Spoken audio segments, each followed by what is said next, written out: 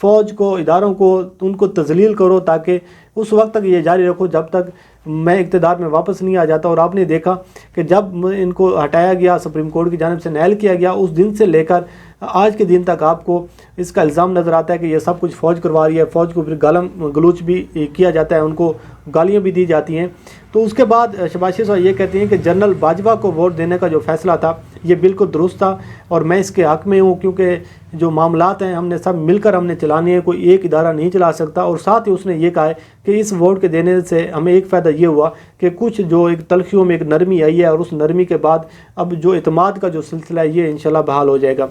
یہ تیسرا پوائنٹ میں آپ کو جو کہہ رہا تھا، یہ اس لیے بڑی اہمیت کا حامل ہے کہ یہ ہے مسلم لیگ نون کا اصل چہرہ، کیونکہ مسلم لیگ نون یہ کہتی ہے، اور آپ کو پتہ ہے مریم نواز صاحبہ ہمیشہ یہ کہتی ہیں کہ عمران خان سلیکٹڈ ہیں، بلاول بھٹو کہتے ہیں کہ عمران خان سلیکٹڈ ہیں، شہباز شریف صاحب اسمبلی میں کھڑے ہو کے کہتے ہیں کہ عمران خان سلیکٹڈ ہیں، لیکن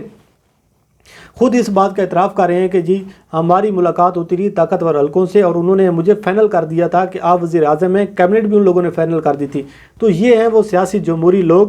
جو کہتے ہیں کہ فوج ہمارے ملک کو نہیں چلنے دیتی، فوج جمہوریت میں مداخلت کرتی ہے، لیکن جب آپ ان لوگوں کے پاس جا کر راتوں کو چوری چھپ چھپ کر آپ جائیں گے، ان کے پاس بیٹھ کر اپنی کیبنٹ فائنل کروائیں گے، تو پھر آپ کیسے کہہ سکتے ہیں کہ یہ جمہوریت میں فوج سب سے زیادہ ذمہ دار ہے، وہ ملک کو نہیں چلنے دے رہی، فوج کی وجہ سے مداخلت ہوتی ہے؟ تو آپ جو جمہوریت کے بڑے علم بردار تھے، آپ ووٹ کو عزت دینے والے تھے، آپ تو راتوں کو جا کر چھپ کر ملاقاتیں کرتے تھے ان طاقتور لوگوں سے، اور آپ اس بات کا اعتراف بھی کر رہے ہیں۔ تو اب عوام کو ان سے پوچھنا چاہیے کہ کہاں گیا وہ ووٹ کو عزت دینے کا نعرہ، جس کے بل بوتے پر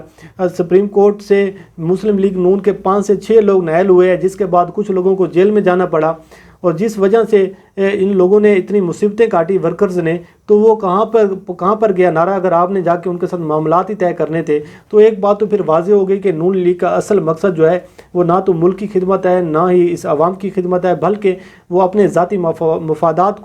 کا تحفظ دینا ہے، جو ہمیشہ وہ کرتے رہتے ہیں۔ چوتھا سوال یہ ہے کہ مسلم لیگ نون کا سیاسی جانشین کون ہوگا، کون بھاگ دوڑ سنبھالے گا، کس کے پاس مستقبل ہوگا؟ کیا مریم نواز اس کو سنبھالیں گی، یا پھر حمزہ شہباز جو خاندانوں میں ایک لڑائی جاری ہے؟ تو اس حوالے سے شہباز شریف صاحب کا کہنا ہے کہ میں نے لندن میں بڑے بھائی کے ساتھ بیٹھ کر تفصیل کے ساتھ اس ایشو پر بات کی ہے، اور بھائی کو سمجھایا ہے کہ ہماری عمریں اب 70 سال کی ہو چکی ہیں، اور اب ہمیں یہ فیصلہ کرنا چاہیے کہ مسلم لیگ نون میں ہمارے خاندان میں کس کس کا کیا سیاسی رول ہوگا، کس کس کے پاس پاور ہونی چاہیے۔ اور اس حوالے سے ہماری تفصیل کے ساتھ بات ہوئی ہے، اور میاں نواز شریف صاحب نے یہ کہا ہے کہ جب میں پاکستان جاؤں گا تو ہم یہ فیصلہ کریں گے کہ مسلم لیگ نون کا مستقبل اب کس کے ہاتھ میں دینا ہے۔ لیکن حقائق یہ ہیں کہ مسلم لیگ نون مریم نواز کے پاس اگر ہوتی ہے تو اس کو شہباز شریف صاحب قبول نہیں کریں گے، اور اگر حمزہ کے پاس ہوتی ہے تو اس کو میاں نواز شریف صاحب قبول نہیں کریں گے۔ یہ جنگ جو ہے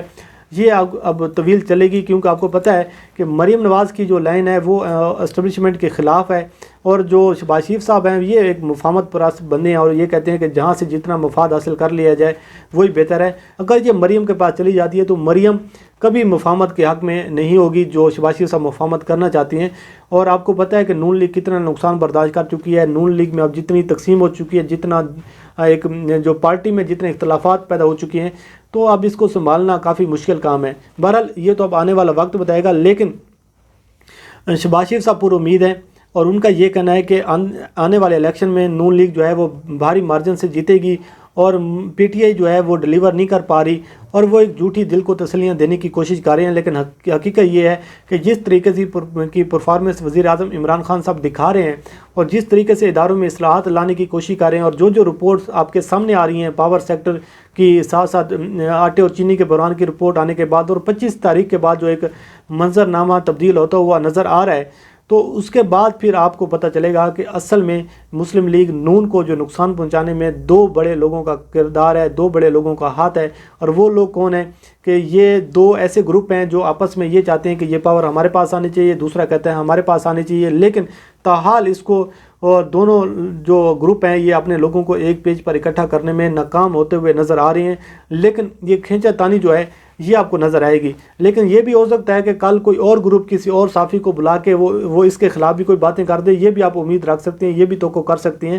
لیکن شہباز شریف صاحب نے جو سہیل وڑیچ صاحب کو بلا کر جو میٹنگز کی، جو احوال بتایا، اس کا احوال ہم نے آپ کے سامنے رکھا کہ یہ ہیں وہ اصل چہرے، جو لوگ ہیں جو راتوں کو چھپ کر فوج سے ملاقاتیں کرتے ہیں، اپنا مفاد حاصل کرتے ہیں، اور جب مفاد حاصل کرنے کے بعد یہ اسی فوج کو گالیاں بھی دیتی ہیں، اسی فوج کو پھر برا بھلا بھی کہتی ہیں۔ تو یہ ہے ان لوگوں کا اصل چہرہ۔ یہ ان کا مقصد نہ تو ووٹ کو عزت دینا ہوتا ہے، نہ ان کا مقصد عوام کی خدمت ہوتی ہے، بلکہ اصل مقصد یہ ہوتا ہے کہ اپنی ذات کو یہ عزت دینے کی ناکام کوشش کرتے ہیں اور آپ لوگوں کو استعمال کرتے ہیں۔ اللہ کریم آپ کا حامی و ناصر ہو۔ مجھے دیجیے اجازت، خدا حافظ۔